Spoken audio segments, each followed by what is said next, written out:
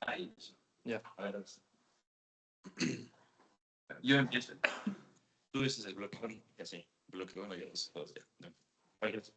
Bueno, buenos días con todos. Estamos aquí reunidos el día de hoy en este espacio para hablar de algo que es bastante importante o realmente importante, como es el entorno familiar.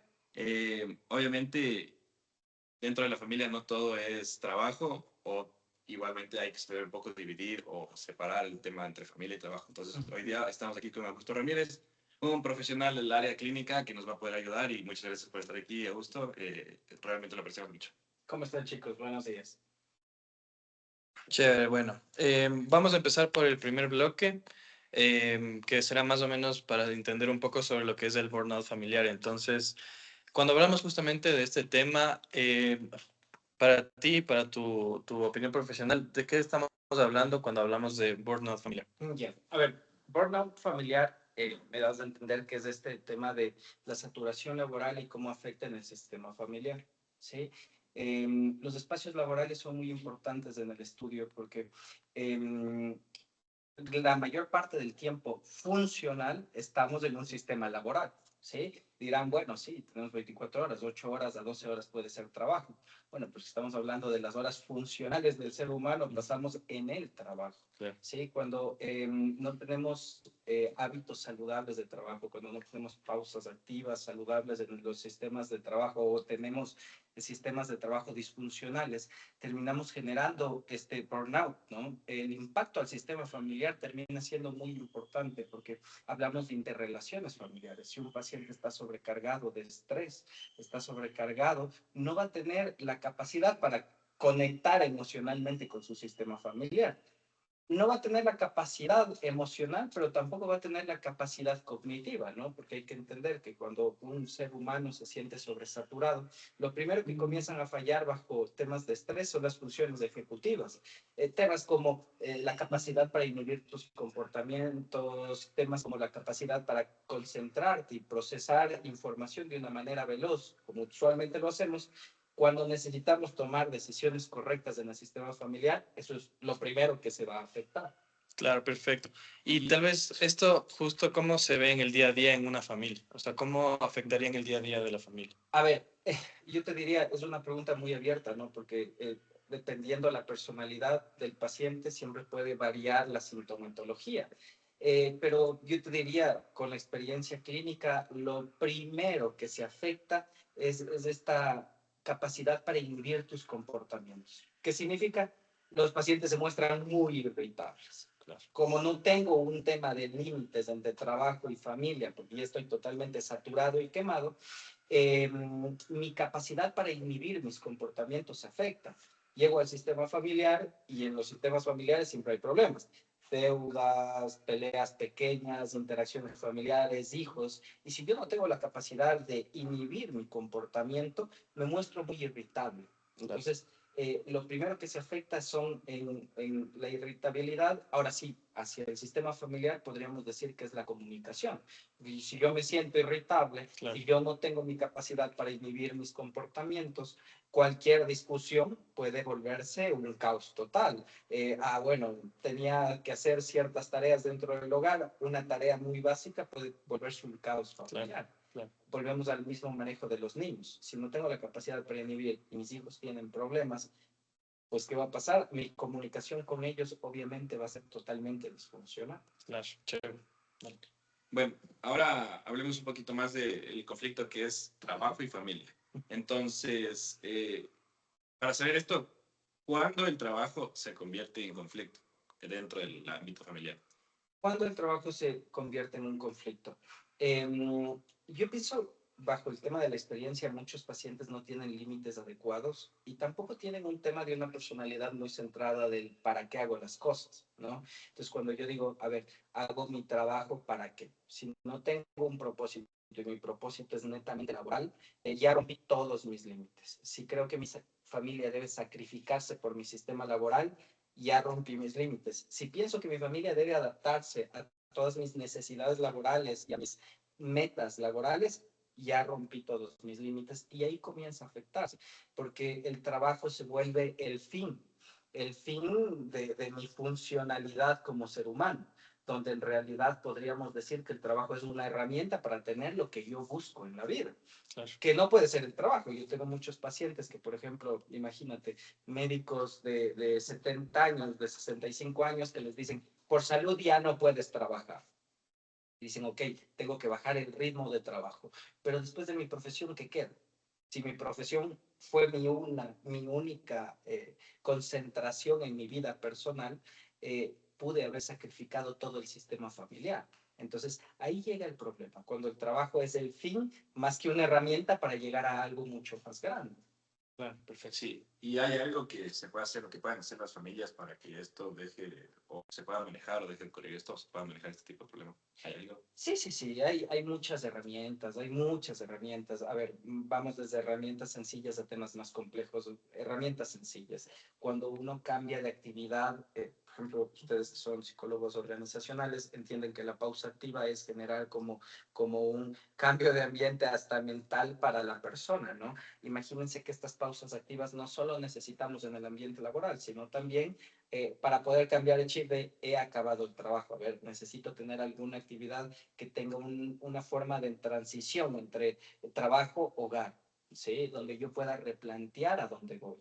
Porque claro, todos manejamos diferentes formas de nuestra personalidad y obviamente no somos los mismos en el trabajo como somos en la familia. Entonces, tener estos cambios de actividad ayuda mucho para poder decir, estoy saliendo del trabajo. ¿Qué puede servir? Música, deporte, algún aprendizaje, alguna actividad familiar. Siguiente punto, esas son recomendaciones más sencillas. Vamos a algo más importante. Cuando son familias que recién se están creando, tal vez establecer límites saludables desde un inicio. ¿Qué es un límite saludable? Poner horarios de trabajo, poner reglas familiares, espacios donde no se pueda hablar de trabajo, donde no se pueda permitir contaminar el sistema familiar. Vamos avanzando a cosas más complejas, tal vez dentro de este mismo tema de los límites. Cuando sentimos que un límite se está rompiendo, la terapia siempre es funcional, porque hay veces que no puedo separar porque el estrés laboral ya me quemó.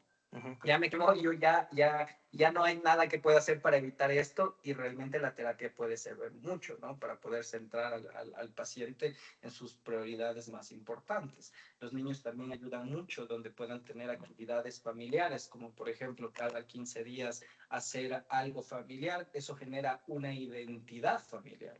Y darle identidad familiar te genera un sentido de pertenencia. No solo perteneces al trabajo, también perteneces a tu hogar. Y estas actividades te ayudan a mantener un foco.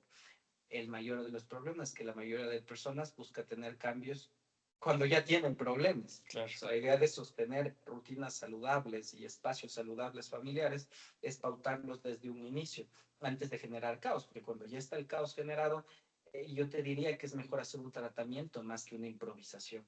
Claro, perfecto. Y bueno, con este tema quiero ir un poquito al conflicto todavía entre el trabajo y la familia. Con esto que en la actualidad ahora hay el trabajo remoto o híbrido, ¿crees que esto se ha complicado más o tal vez no? O sea, con el tema del trabajo remoto, del teletrabajo. Yo te diría, es un poco difícil poder decir complicar más o complicar menos. Creo que los cambios generacionales generan conflictos diferentes. No es más, no es menos, es simplemente diferente.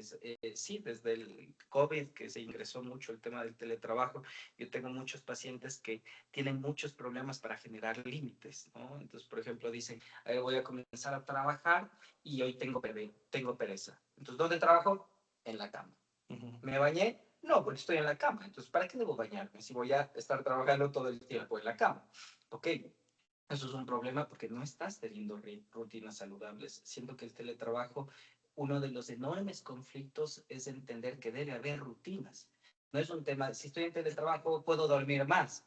No puedes dormir más. Si estoy en teletrabajo, puedo comer mientras trabajo. Pero no puedes comer mientras trabajas. Si estoy en teletrabajo, puedo trabajar en mi cama, como les digo. No puedes hacer eso. Entonces, muchas veces cuando no hay límites saludables, se afecta mucho el tema de las rutinas. ¿Qué sería saludable? Que un paciente que va a generar un teletrabajo y no es un tema momentáneo, sino es un tema, imagínate un ingeniero en sistemas que dice, no, consiguió un trabajo en Estados Unidos, todo el tiempo va a ser el trabajo.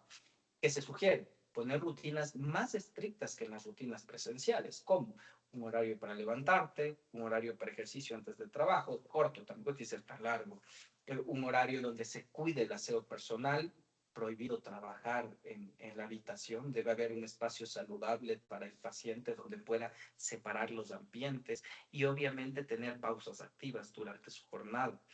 También saber entender que si tiene un horario de cierre, no porque estoy en teletrabajo voy a seguir trabajando después. Los ambientes ayudan mucho a programar nuestro cerebro a decir, esto sí es trabajo y esto no. Teletrabajo no significa que mi casa es mi área de trabajo, significa que necesito en mi hogar físico tener un espacio que genere una estructura mental y física de trabajo. Chévere, chévere. Bueno, y para ir al último bloque, quisiera hablar un poquito sobre, bueno, viendo el tema de la familia desde un enfoque sistémico, viéndolo como un sistema general, no como algo individual. ¿Qué herramientas crees que puedan ser útiles justamente para evitar el burnout familiar desde un enfoque sistémico, teniendo en cuenta que roles, que cada uno tiene su rol, que no es como un tema individual, sino un sistema familiar como tal? Ok, sí, el modelo sistémico ayuda mucho para la terapia familiar, ayuda mucho para poder leer los problemas. Porque el modelo sistémico, como tú dices, nos ayuda a entender que la interacción entre los integrantes del sistema es lo más importante, ¿sí?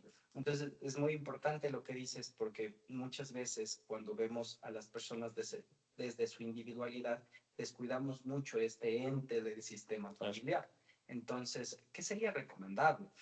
Primero, no existe un trabajo más importante, ni de uno ni del otro en una pareja. Es importante generar un tema de recomendaciones en la parte de áreas financieras, cómo aporta cada uno, que sea un tema de consensos. Los consensos ayudan muchísimo desde la terapia familiar, porque volvemos a lo mismo, ¿no? Lo que importa es la interacción que generamos. Yo puedo ser una monedita de oro en mi trabajo, pero si llego a la casa y espero que todo se comporte como trabajo, me va a ir mal, voy a fracasar porque estoy pensando que todos se van a adaptar a mí. Eso se ve mucho, por ejemplo, en pacientes militares. Sí, entonces está bien, yo soy militar, tengo mi funcionalidad, me va muy bien en mi trabajo, pero regreso y me va mal. Claro. La mayoría de militares que yo he atendido como pacientes, obviamente, tienen una disfuncionalidad enorme en el sistema familiar porque creen que se debe acoplar, que se debe copiar, pero no es así. El sistema laboral es una cosa y el sistema familiar es otro. Entonces, los acuerdos son muy importantes, donde la pareja pueda hablar de qué es lo prioritario en el hogar, donde el paciente entienda que la prioridad del trabajo se acabó, la interacción del trabajo se acabó.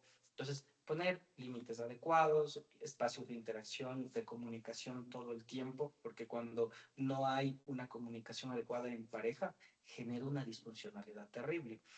Estamos hablando de un sistema familiar, entonces muchas veces nos olvidamos de los hijos. Entonces decimos, bueno, sí, los padres son los que deben generar el sistema familiar, las pautas del hogar. Sí, las pautas de qué se debe hacer, pero eso no significa que un niño no tiene voz ni voto. Una niña no puede decir qué es lo que piensa que puede llegar a estar pasando.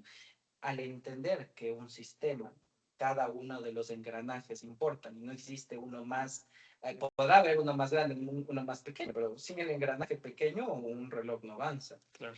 Esa es la idea del sistema familiar, poder comunicarse con los hijos, darles una voz, tal vez no en sí un voto fuerte como tal en decisiones, pero sí una voz para que nos puedan decir qué puede estar saliendo mal, porque los niños tienen una inteligencia emocional que los adultos a veces no ven. Entonces, generar rutinas, uno, muy saludable, dos, generar reglas en el hogar donde todos lo cumplan, donde no existan excepciones, donde hayan delimitaciones muy claras de la participación de cada uno, donde haya también rutinas familiares que generen una identidad familiar, porque es algo que se ha ido perdiendo. La identidad familiar nos ayuda mucho a generar un límite entre trabajo y hogar, porque dice, aquí todos tenemos una identidad, aquí todos. Los Ramírez siempre hacemos esto, ¿ok? Esto es algo que dice, no es del trabajo, esto es de nuestra familia, ¿sí? Entonces, poder tener estos espacios donde pueda haber interacciones no solo de los adultos, sino también de los niños. Son recomendaciones muy generales, pero realmente muy funcionales. Chévere. Y en el caso, o sea, qué tanto problema puede llegar a generar que la pareja, una persona de la pareja no esté dispuesta a cambiar o que considere que no hay problema? ¿Qué tanto puede ser como un obstáculo esto? La conciencia es vital para la interacción humana. La conciencia es vital, yo te diría, hay un término clínico para ello, es la anosognosia, es esta como evaluación de tu capacidad de ser consciente de la conciencia del problema. Cuando no existe una conciencia sobre la problemática, sí es necesario un tema de un tratamiento, porque no van a ser conscientes de qué tanto están perdiendo o el caos que se está generando. Cuando no hay conciencia, no hay cambios. No hay forma de haber un cambio, porque si yo creo que todo está bien, ¿para qué voy a hacer algo diferente? ¿Sí? Ahí es donde usualmente entra la terapia familiar o la terapia de pareja, donde un profesional tiene herramientas para decir, a ver, si esto es normal, ¿qué tanto tiempo quieres seguir viviendo en esta normalidad? Porque cuando no hay cambios, hay conflictos. Entonces pueden dejar de ser conscientes de la problemática, pero no pueden dejar de ser conscientes de las consecuencias, porque hay las peleas, hay los reclamos, hay el caos familiar, muchas veces los hijos son una excelente alarma en la falta de conciencia, ¿no? Porque los padres dicen, estamos perfectos, aquí no hay problemas, y luego llega una llamada del colegio y dice, su hijo está con problemas académicos, de comportamiento, emocionales, y muchas veces dicen, ah, bueno, es que el niño tiene el problema, la niña tiene el problema, los adolescentes están en la edad del burro, como suelen decir. No, el sistema familiar está generando señales para que aprendan a ser conscientes. Pero en tu pregunta, cuando hay falta de conciencia, es necesario que alguien pueda generar una necesidad para un tratamiento, porque avanzar solos, pues es una pérdida de tiempo. Perfecto. Bueno, y bueno, la última antes de cerrar, ¿qué le podrías decir a una mamá o un papá que nos está escuchando ahora y que se siente identificado o siente reconocimiento con lo que estamos hablando el día de hoy? Ya. ¿Cómo saber que necesitamos terapia? Muchas veces nos preguntamos eso, volvemos a los cambios generacionales, ¿no? Entonces, por ejemplo, no sé, nuestros bisabuelitos decían, yo salía, tenía 2, 3, 4 trabajos, hacía todo, regresaba a la casa y no necesitaba terapia. Claro. Sí, les educaba a mis hijos, tal vez les daba un chancletazo y ellos no necesitaban terapia. Y sí, tal vez en esa época no era necesario, pero volvemos a lo mismo. Existen cambios generacionales. La globalización nos ha llevado mucho a estudios científicos, a estudios sociales, donde nos dicen que puede llegar a ser más saludable. No que es bueno y que es malo, porque es un juicio de valor, pero sí qué es más saludable, cómo poder vivir una vida más coherente sin generar un daño a los niños o a nuestras parejas. Ahí llega este punto. Si te sientes identificado, es bueno pedir ayuda, porque si te sientes identificado con uno de estos problemas, significa que algo no se está haciendo bien y todo lo que has hecho no va a tener una solución. No es de locos querer algo distinto. Es de locos querer algo distinto haciendo siempre lo mismo. Claro. Si se sienten identificados, es bueno pedir ayuda. Perfecto. Bueno, dicho eso, muchísimas gracias por este espacio y por dar una apertura a nosotros de poder escucharnos igual y acompañarnos en este espacio. Realmente te agradecemos mucho. Es muy importante la información que nos das y espero que sea útil para muchas personas y que tomen conciencia, como tú dijiste. Eso, muchas gracias, Augusto, por el espacio y nada, Listo. gracias. Gracias, Chévere. chicos. Gracias. Sí. Chévere, chévere. Ok. Detener que lo primero esto. Y ahí sí. Sí, que se grabar nos toca repetir. No, todo súper bien. Solo que Sí. se haya oído. Sí.